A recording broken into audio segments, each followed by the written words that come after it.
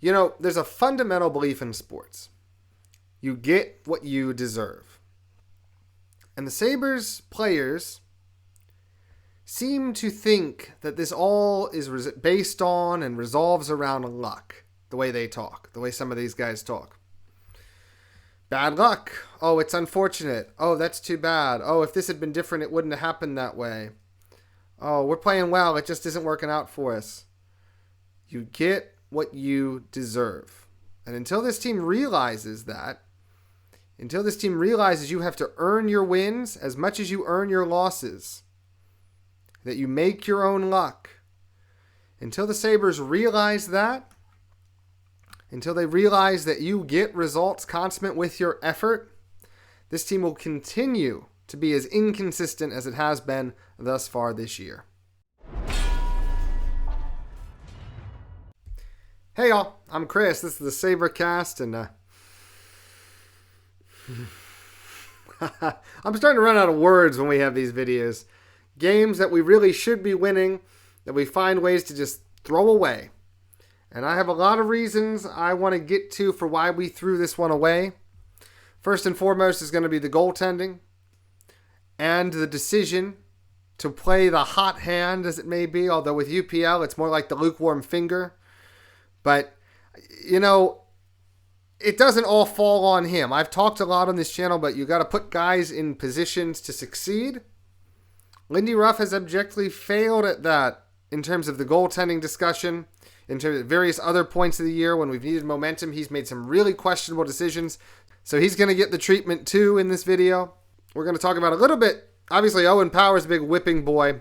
That third goal is heavily on Owen Power, but we're also going to talk about another Sabre who I believe is a little bit guilty on that one too, having watched the replay of it there. So we're going to recap this tough loss, this tough 4-2 loss against Pittsburgh from Wednesday. And especially I want to get into a goaltending discussion. I've danced around it the last few videos, but after UPL's performance in this game, and yes, you can make excuses for him. You can say it's not his fault. Some of those goals were tipped. Oh, he didn't have his stick. Well, that's what he'd say. That's what he has said.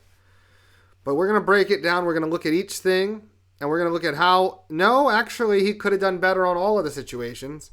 And we're going to talk about why exactly this Lindy Ruff ride the hot hand strategy is not going to work. And why it hasn't worked. And why it's a terrible strategy for a coach to do. We're going to get into all of that. First, we're going to recap this game, though, because we got to get in and we got to talk about this game before we can really go into the good stuff. Which is going to be, well, it's not good stuff, but it's bad stuff. But there were some good things in this game that we'll bring up. Top of the list being the second line, which was absolutely outstanding in this game. Zucker and Quinn, what a combination that is turning into. So we'll get to touch on some things, but we also want to look at the overall effort of the Sabres because it was not good enough in the early going either. And it's another game against a team that they probably should beat where they just don't start the game. So let's get right into the recap. So obviously the Sabres are coming into this game off two really good wins. They blow out the Blackhawks 9-3, and then they play up to their competition really well. I think play their best game of the season in their 4-1 win over Carolina. So they're coming into this game against Pittsburgh, a team that's only won 2 games in the month of November, really playing their best hockey of the year. Pittsburgh's been struggling a little bit as of late. They've been able to go to overtime and get points, but they haven't done very well beating teams. They don't have the firepower. They don't have the physicality. If you come out and you skate at them and you play your game and you skate hard and you play hard, you're probably going to win this game outright. Unfortunately, nobody told the Sabres that this game started until 35 minutes after it started. So we'll get into the first period here. And once again, you know, I've said this a lot. A lot of times with this team, you can see how it's going to go in the first 2 minutes.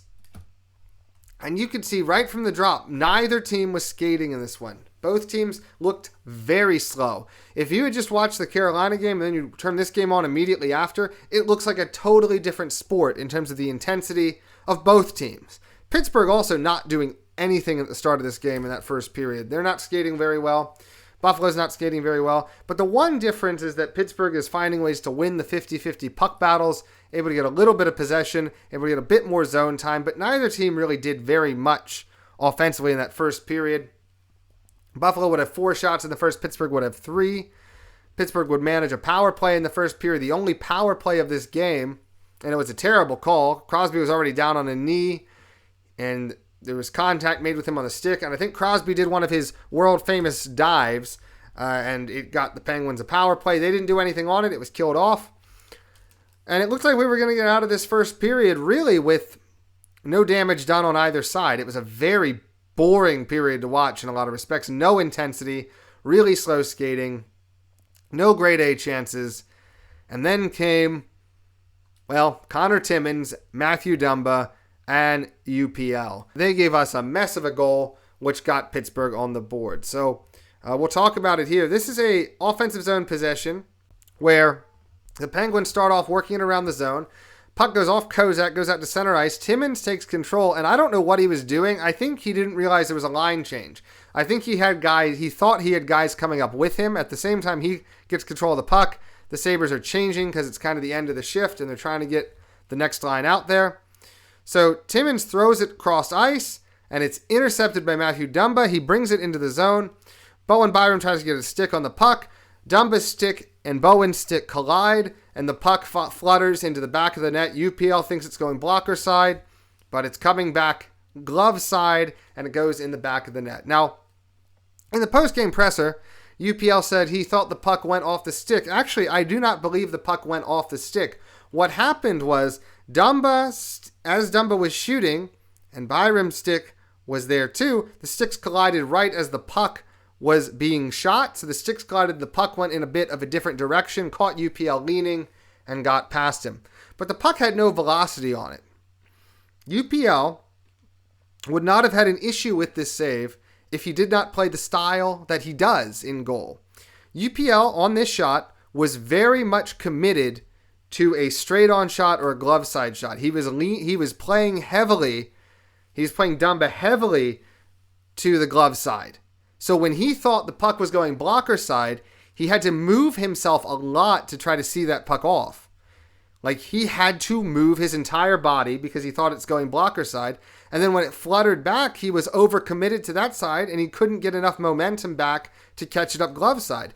If he hadn't been overcommitted glove side, then he wouldn't have had to make the big move blocker side. If he had just been fairly square, then he would have been a lot better off. But he was way overcommitted glove side.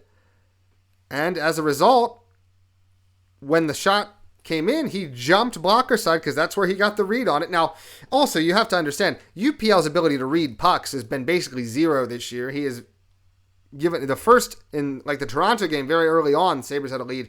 He gave up a goal that he didn't pick up.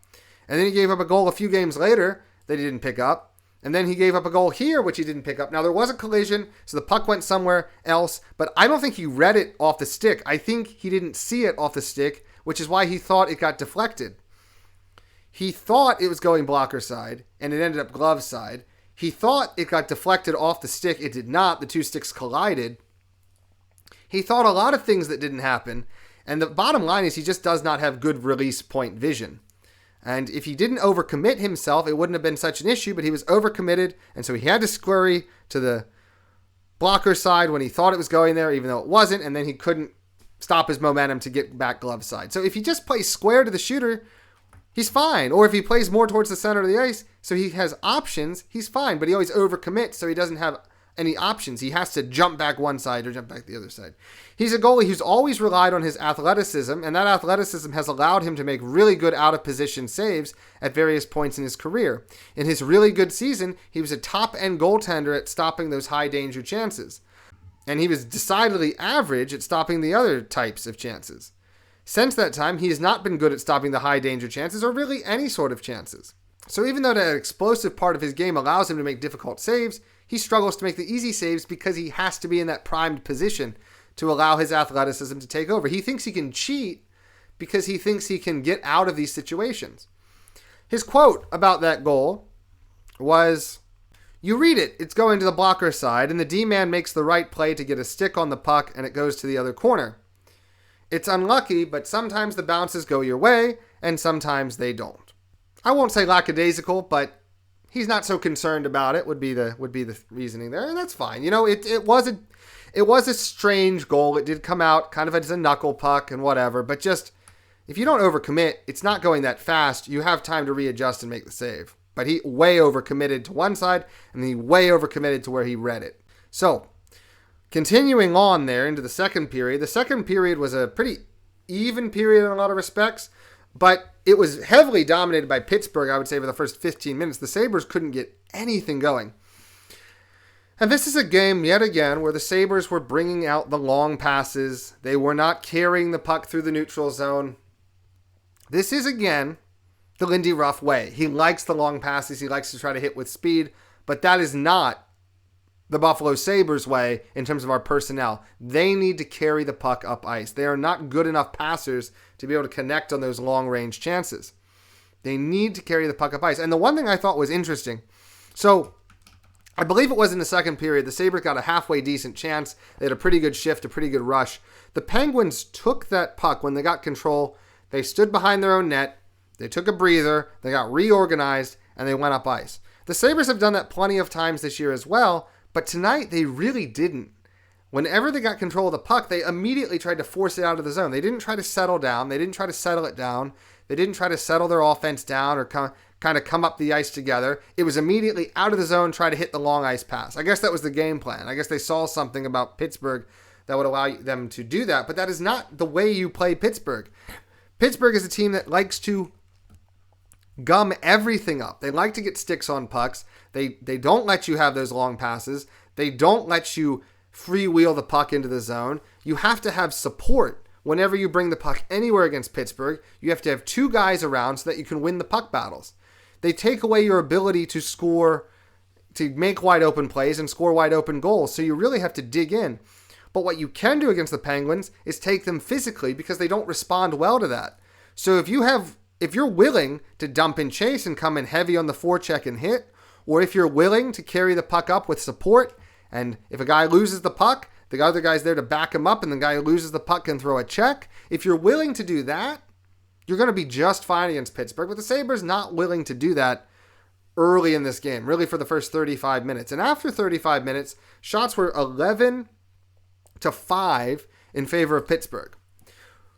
At that point, the Sabres changed the way they were playing, and they went much more direct, much more physical, much more offensive. And from that moment, basically 5 minutes to go in the second period, the Sabres would go on to outshoot Pittsburgh 26-8, and they would still end up losing this game. So we got to get into the third period now. So Sabres have a pretty solid end to the second period. They're able to generate a lot of good chances. Tristan Jarry makes some good saves. It's interesting. When you talk about Tristan Jarry, I know a lot about Tristan Jarry because I watched him play a heck of a lot of games when he played for Wilkes-Barre, Scranton. As a Hershey Bears fan, I always saw him down there. And the book on Jarry in those days was you don't want to get anything in on him in tight down low. He's a very good low pad save guy. He's going to stop anything you get in tight down low. He can stop it. The book on him is you can do two things to beat him. You can go from behind the net out front, that kind of low to high play. He hates that. So behind the net out front, he doesn't like to move back to front. He can get beaten there. The other way you can beat him is just with a nice shot. If you hold the puck, so if you have it on your stick and you have a little bit of time and space, you can actually pick your spot against Jarry. He really struggles to pick up releases in those situations.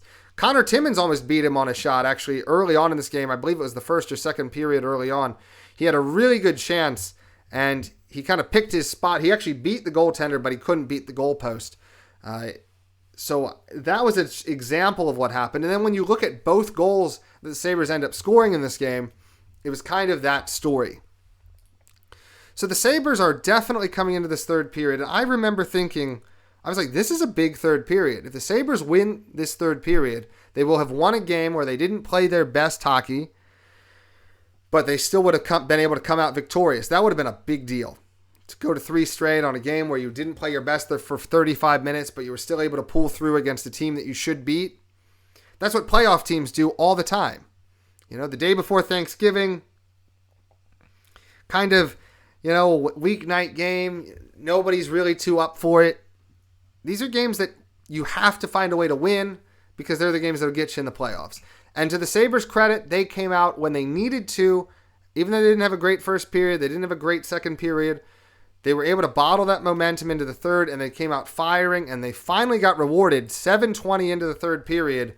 And this second line, this Zucker, Quinn, McLeod line, would come up very, very big. So Bowen Byram would get it to McLeod, who would get it to Quinn. Quinn would have a lot of time and space. Zucker would be in front of Tristan Jarry. The shot from Quinn would go into the back of the net. It looked at first as if that was a pure Quinn shot and a goal, but it has turned out to be Jason Zucker's goal, as replays have found that it did go off him and into the back of the net. Just a really nice passing play. McLeod has been really firing in the passes recently, and this was just a good goal by the Sabres. So you thought at this point, right, the Sabres have this game under control.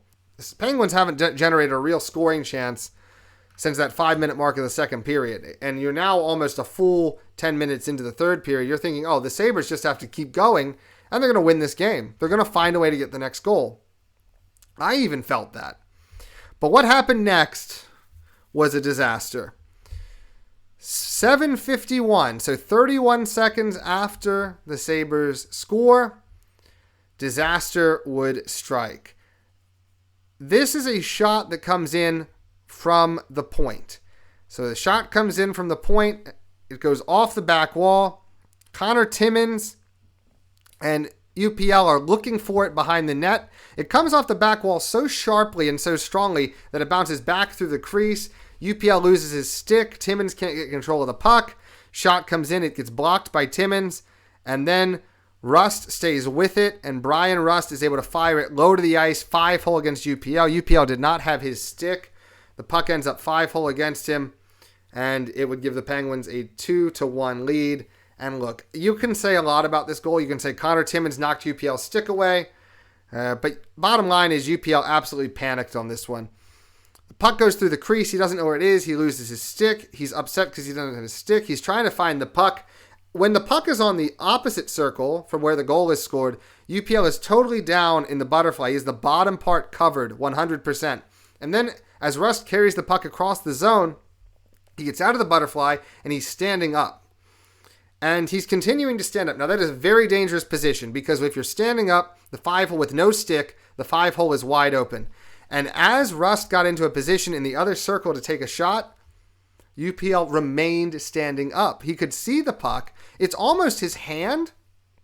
When I watched this replay, it looked like his hand was reaching for his stick, but his stick was over on the other side of the crease. So there was no way he was going to grab it. And then while he's doing that with his hand, he's not down in the 5-hole at all. He's not down in the butterfly at all. He's still standing up. So even after he got in position for this Rust shot, he kind of reaches down for his stick maybe, but he doesn't drop into the butterfly, and that's why the puck's able to go 5-hole against UPL. I don't know if he just panicked and blacked out. I don't know what happened, but you have to find a way to make that save in that situation. I understand it is a scrambly play. I understand you don't have your stick. I understand that the defense could do a little bit more to help you out, but the bottom line is you are an NHL goalie, and that shot was not particularly hard. Your team has just battled back to tie this game on a goal that maybe was a little bit your fault in the first period, and you give this one up? No, that does not help anybody. And so when asked about this goal, UPL had this to say. It's a fast game, and those situations happen fast. I think if I had a stick, that wouldn't have gone in. That's some great accountability there. Blame it on the circumstance. Don't take responsibility. Don't say, yeah, no. Despite the difficult situation, that's one I absolutely should have. That's one I absolutely pride myself on having. And I feel bad. I let my teammates down. You could say that. But instead he said that, and then he would go on to say, we have to play better as a team. He also in the interview had the audacity to say, I thought I played pretty well. It doesn't matter the circumstances of the goals. You give up 3 goals on 18 shots. I don't care how you gave them up. You didn't play good enough. You cannot say as a goalie, I had a good game when you get 3 goals on 18 shots.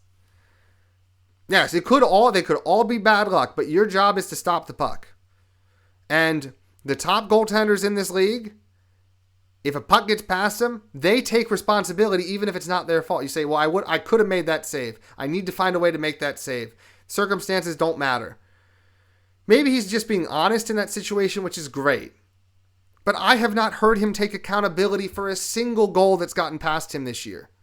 And I want to hear that from him very badly. And I think, we've had all these theories in here. I've had theories in the game chats. The defense doesn't play as well in front of UPL. The team doesn't play as well in front of UPL. I think there's something to that. I think because he doesn't take accountability, guys don't want to play in front of him as hard. Now, maybe that's just my conspiracy theory, but if you have a guy who never takes responsibility, who after a game where he gives up 3 goals on 18 shots is going to come out and say, well, we have to play. I played pretty well. We have to play better as a team. I played pretty well. We have to play better as a team. Do you really want to go out and put your body on the line for that guy? And to the Sabres' credit against Carolina, they absolutely did. Tonight against Pittsburgh, they came up with 15 block shots. They put their bodies on the line for him again tonight. And he comes out and says, oh, well, we have to play better as a team. Take accountability for the goal you gave up, at least there. The first one, fine. The sticks clashed into each other. Puck changed direction, whatever. But you got to take credit for this one. I don't care you didn't have your stick. I know that's tough, but now I can accept you didn't have the stick. If you come out and say, I didn't have my stick, it was tough, but I still should have made it, I respect you so much more than if you say, I would have saved it if I'd had my stick. Well, you didn't.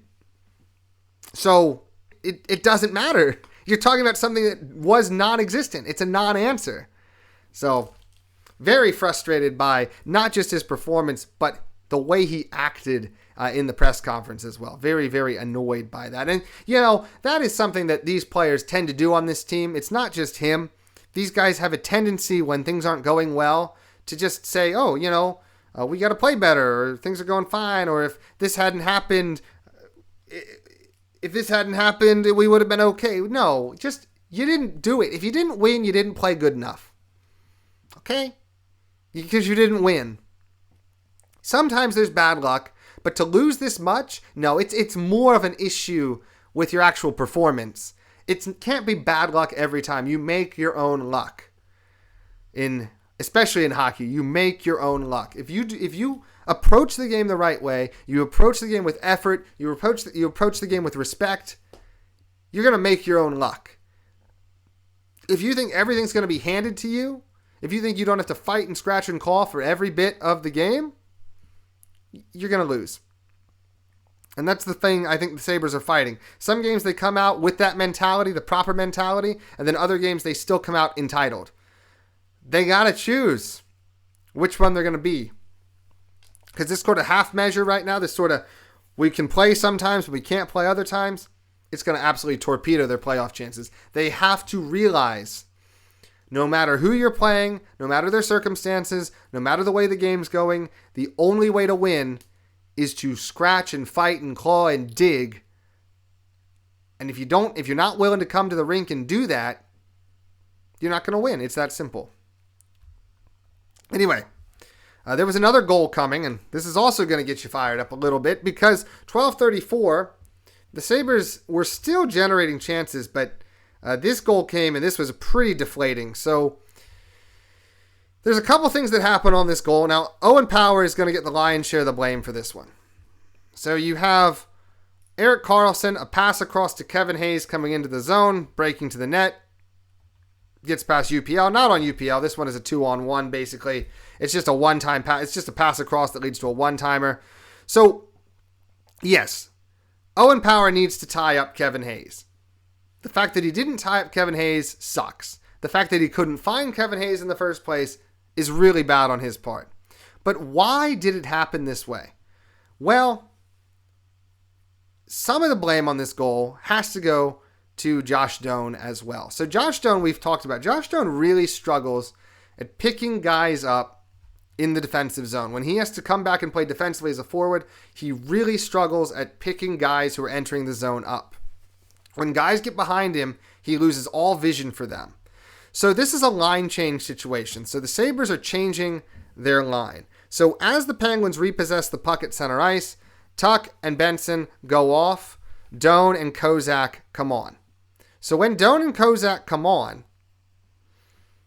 Kevin Hayes is holding at the blue line because the puck is not yet in the zone. So At the point of the change, Wotherspoon gets it to Karlsson. Karlsson has possession. The change is made. Karlsson brings it across the blue line. At that point, Hayes is able to activate. Now, at that point, Doan is actually in front of Hayes. They're about in the same spot on the ice, but Doan does not know Hayes is there. Doan breaks towards the puck. He breaks towards Karlsson. Now, at that point in time, Tage Thompson is over there and Jacob Bryson is over there. So, Karlsson is pretty covered. Owen Power had shaded over there to pick up Evgeny Malkin, that's who he was really watching. Hayes is coming late to the play. So Power had clearly decided he was going to pick up Malkin. Malkin came to the circle and went behind the net. So Power realizes that. Now, before Power went over to pick up Malkin, he looked and he saw that Josh Doan was there in a position to potentially take Hayes. He looked over there. He did check. The thing is, Doan didn't realize where Hayes was, and the two did not communicate. Now, if you're Owen Power, you have a view of the ice. You look right at it. You have to say something. You have to call out to Doan. No, you take him. I'm taking him. You have to do some form of communication. Instead, Power gets sucked to Malkin, gets sucked to the puck. I don't know who Doan was trying to pick up on this play, but he also got magnetized towards the puck. And then when Power realizes what's happening, he does make an effort to tie up Hayes, but it's too little too late because he's too far out of position at that point. And it's a nice pass across. Hayes cuts to the net. Power can't stop him, and it's a goal. So, yes, Owen Power should have done a better job communicating. He should have tied up Hayes, but we also have to be fair and admit that Josh Doan also could have done a bit better defensively on this one as well. He had the position, he just didn't realize where Hayes was, and then nobody helped him pick Hayes up. So yes, blame Owen Power, but we also have to be fair and blame Josh Doan as well. And two people were responsible for giving this goal up here, in my mind. So, look, I know Owen Power is a whipping boy. I know UPL is a whipping boy. I'm not trying to defend Owen Power. I'm not a big fan of his game or the way he plays. He's just a big softy in a big frame, and he never ties up. He always makes a ton of mistakes. He always looks shaky.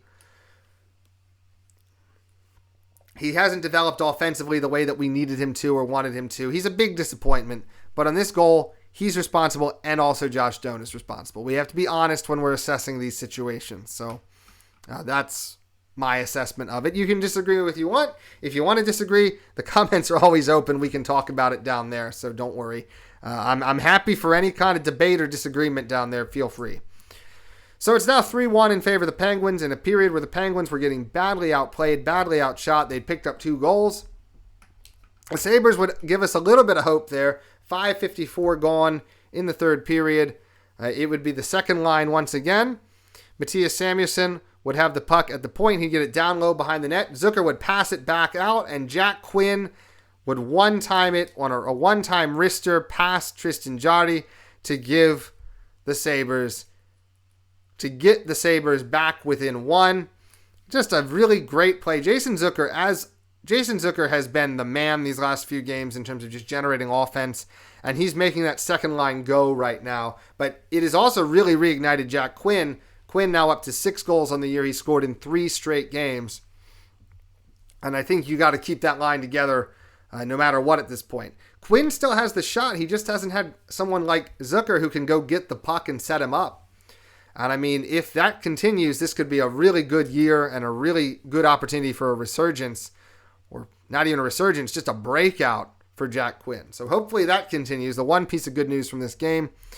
Now, despite the fact that it was 3-2, the Sabres would not get any closer. And the Sabres would ultimately pull UPL. And you know what that means. When the Sabres pull the goalie, the other team scores a goal every single time. The Sabres would generate a very, very good chance. Zucker would have a great chance in front of the net. But unfortunately, the rebound off of that would get swept away from Rasmus Dahlin, who was not able to skate and get to it in time. Heinen would get it out to Dewar, and Dewar would find the back of the net. And the Penguins would get out of this one with a 4-2 win. The Sabres suffer a tough defeat in a game, which they actually, if you look at the macro statistics, were probably the better team. Despite their slow start, They did enough in the last 25 minutes to take this game. Obviously, you'd like a better start. If they had started this game the way they finished this game, they probably would have won this game. So really, there's really two areas you have to blame. First is the Sabres' poor start. The second, I'm going to be honest, is I think UPL. Now, there might be some people who disagree. You know, in my since I started this channel, I do look around Sabres news sources, Sabres fan sites, Sabres videos. I look around and try to get a lot of opinions about the Sabres to try to compare with my own. And I tell you what, man, on Reddit, which I know is not the greatest place in the world, and I regret that I even have to set foot on there, a lot of UPL defenders are on there. And I get it. You know, he had a really good year. You want to believe in the guy. He has a funny name. I understand all the reasons why you might like or want to support him. He's extremely athletic. He's very gifted. The problem is, he does not have a clutch gene in his body. Like, how many times this year have the Sabres had a lead or tied the game, and then immediately UPL gives up a goal? We saw it in the Colorado game. We saw it in Toronto. We've seen it many times this year. When the Sabres need a save, they do not get it from UPL. And now, actually, Colton Ellis, if you look at the goals under expected or over expected stat, Ellis is worse than UPL in that statistic, but Ellis makes the clutch saves in a lot of situations, and that's why he's better regarded by the fan base, even though the deeper stats tell you he's actually performed worse than UPL this year. And then you have the mystery of Alex Lyon, who, despite being the 32nd ranked goalie in the league in terms of those advanced statistics, hasn't had a full game since the road game against Carolina way back near the start of this month. And on top of that, since that game, he's played about 3 minutes. And it's all because Lindy Ruff wants to do this play the hot hand. He started with Colton Ellis. Colton Ellis won a couple games. He got to play after he won. And then UPL got a couple games. He won. And now he lost. And then he lost. And now you would think it's going to be Alex Lyon's turn. You would hope that it would be Alex Lyon's turn at some point here. He's been waiting long enough for an opportunity. You look at their numbers this year in goal. Alex Lyon's played 12 games. He's 3-5 and has 3 overtime losses. His save percentage .907. Goals against 3.07. Colton Ellis .896 save percentage, 3.41 goals against. UPL .891 save percentage, 2.73 goals against. So by save percentage, Alex Lyon is the best goalie. But he's only played like 2 minutes in like the last 10 games. So that's a point of frustration for me, because if you just watch the goaltenders play, Colton Ellis clearly has talent, but he's also clearly raw. He needs games. He needs time. But the one thing Colton Ellis has, he can track the puck really well. UPL can't track the puck whatsoever, and he gives up a lot of rebounds. He's been able to stop the puck sometimes. He also doesn't have much of a clutch factor. Like, if you just watch it, he's clearly not as good as Alex Lyon. Lyon has been very stable in goal. He dipped a little bit. He had a little bit of trouble in the last game he played in full against Carolina, finding the puck, picking up the puck. But, before that, he's playing absolutely outstanding. And then obviously the Colorado game, he gets hung out to dry. And you really got to feel that if you were playing them based on performance, Lyon would still be your starter, and you'd be trying to find ways to spell him with Ellis and UPL at occasional points. They might be splitting the backup games. But the Sabres instead have gone on this run here where they just want to throw Ellis and UPL in every single game. I'm fine with giving Ellis his reps, and I'm fine with giving UPL some games because you need to give him opportunities as well. But Alex Lyon's been your best goalie, and you've had games that you need to win, like the game against Calgary, this game tonight, against lower level competition. Like, if you play Lyon in those games, you create an advantage because you have a really good goaltender out there. At least a goaltender who, based on the advanced metrics, is a starter quality goaltender. The other two clearly backup quality goaltenders. wouldn't you want to leverage any advantage you could? You're playing a team that you think is lesser. You should take the advantage, right? It's like in baseball, and I hate this in baseball, where teams might push a starter or they might not play their full lineup because they're playing a weaker team. And as a consequence, they might lose that game. And then when the playoffs come around, oh no, we missed the playoffs by a game. If we just played our good players against the Rockies, maybe we would have been in the playoffs. That's what happens in baseball. And that's what Lindy Ruff is doing here, because he's saying, I want to play the hot hand. But he's only basing the hot hand on wins. He's not basing it on any other factor like quality of play or how many rebounds is he giving up or how is he seeing the puck. I don't think he looks at any of that. He just looks at, did they win? But wins are a horrible stat to judge a goaltender by. Alexander Georgiev, who is now off in the KHL and was the third goaltender in Rochester a couple years ago, he led the NHL in wins. Does that mean he's a great goaltender? No, it doesn't. Heck, on our team, Alex Lyon has 3 wins, Colton Ellis has 3 wins, UPL has 3 wins. Would you say that UPL is better than Alex Lyon? Would you say that Colton Ellis is better than Alex Lyon? No. Alex Lyon had to play those first 3 games of the year where the team didn't show up. And then he kept our season alive through the next 4 games by playing his butt off. And then when we play against bad teams, we have a chance to put a decent goalie out there who we know is going to be stable, but instead we go for the wild cards, the young kid or the guy coming back from injury who can't pick up a shot to save his life. I don't understand it. And Lindy Ruff is not just screwing us over in the goaltender side. He screwed us over with his lineup decisions. I still go back to the St. Louis game. What are you doing putting Ostlund and Rosane out there with Tage Thompson on the top line? I know there's injuries, but God, that was a panic move if there ever was one. I'm frustrated. And look, I think a lot of these struggles, a lot of the problems, I know Lindy Ruff is beloved in Buffalo, so I might get thrown off the bandwagon for saying this, but a lot of the Sabres' issues this year are not Kevin Adams' player acquisition. The players on this team are good enough. I think they've shown that time and time again. Kevin Adams has put a decent team on the ice. You can get mad at the goaltender situation being what it is. He's given us at least 2 talented goaltenders. Lyon and Ellis are pretty good. He's given us a starter in Lyon. He's given us a goaltender for the future in Ellis. And he's given us whatever the heck UPL is.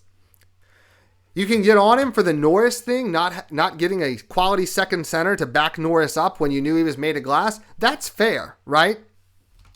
You're going to get on him for the Peterka trade? We've won that trade outright.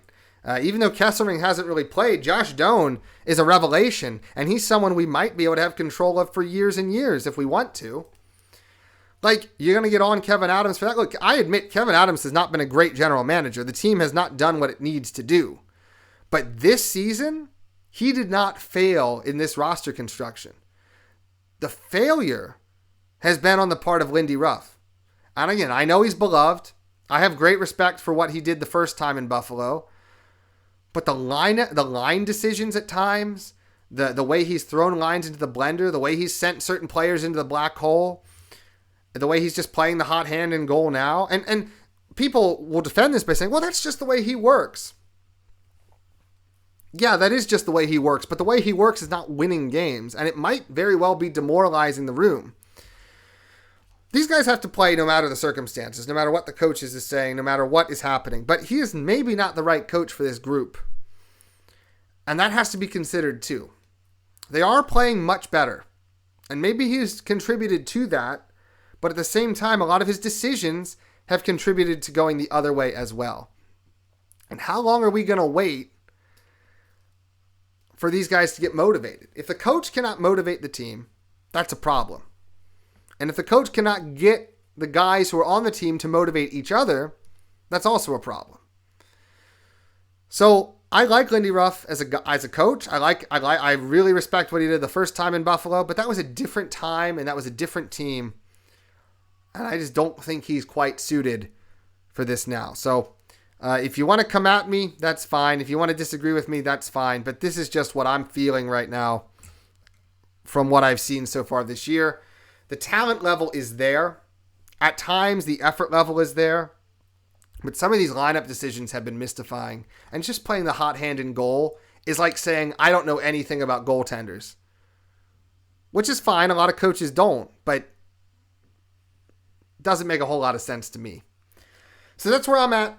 I don't really have the wherewithal to go into the detailed statistics about this game, but I will say a couple things here. Matthias Samuelsson and Rasmus Dahlin both had 5 shots. Bowen Byram had 2 shots. A lot of the shots were generated by the D-core in this game. A lot of the shots were shots that were from the top of the circle and came down low. The Sabres were kept outside way too much in this game because, again, I think they really had the opportunity to go and pay the price if they wanted to, and they just didn't pay the price and go down low and battle in this one enough. They did out-hit the Penguins 21-17. They did out-block the Penguins 15-10.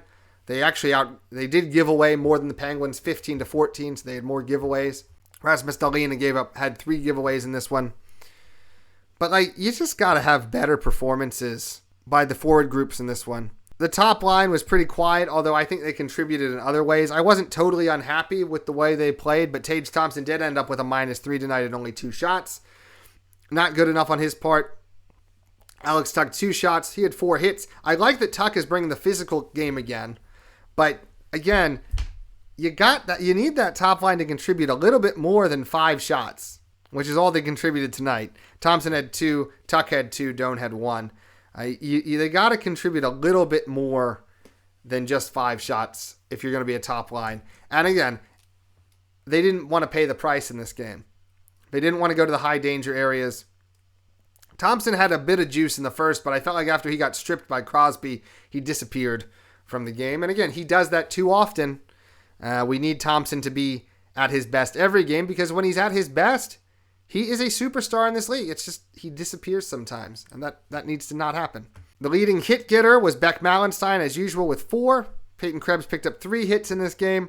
Alex Tuch also had 4 hits in this game, so that's where the majority of the hits came from. But a host of other players had a single hit or generated 2 hits. Power had 2 hits. Kozak had 2 hits. Look, just not good enough. The team has to come out. They have to be awake at the start of games. They were not awake at the start of this game. Again, I'm going to go ahead and blame the guys on that, but also the coach on that. That can't keep happening. At some point, the fact that the guys do it sometimes means that they know how to do it.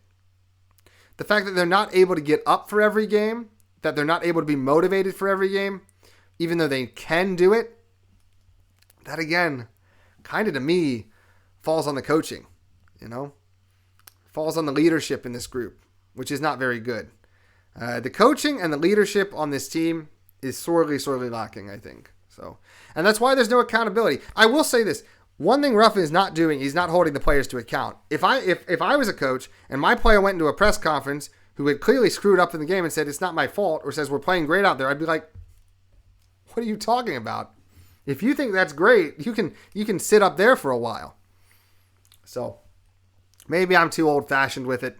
I certainly couldn't coach kids these days, that's for sure. But yeah, that's where I stand. I'm sorry. This again, every time we lose, I feel like I turn into a disorganized mess with these recaps, but it's frustrating. So let me know what you think about this game and my opinions or your thoughts, whatever, in the comments down below. We'll talk about it. I entertain any perspectives, I'm just grateful that y'all are here and watching and sometimes are interested in what I have to say, even though mostly it's a bunch of nonsense. But I appreciate y'all listening to my rants from time to time.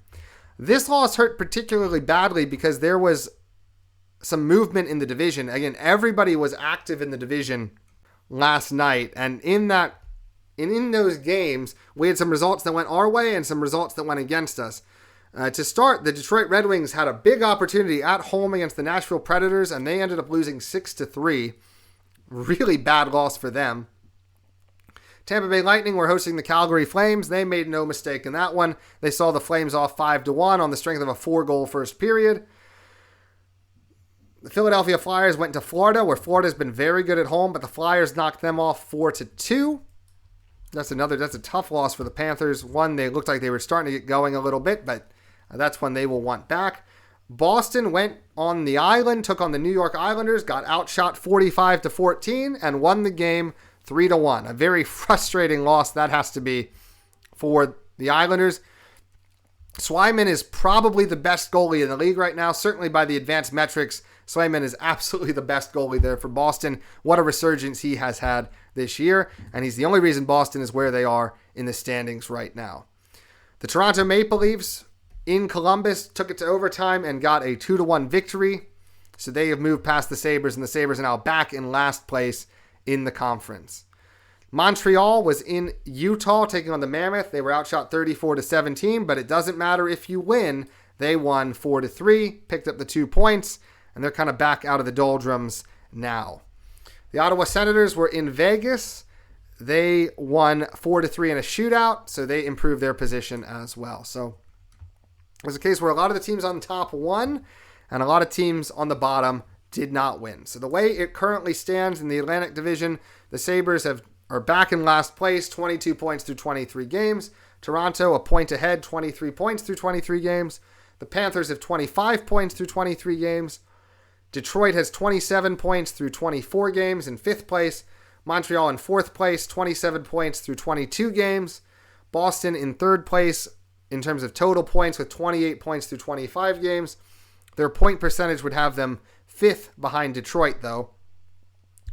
Ottawa currently in 2nd, 28 points through 23 games, and Tampa Bay in 1st, 30 points through 23 games. So the Sabres lost ground. They're now 6 points back of that 3rd place spot.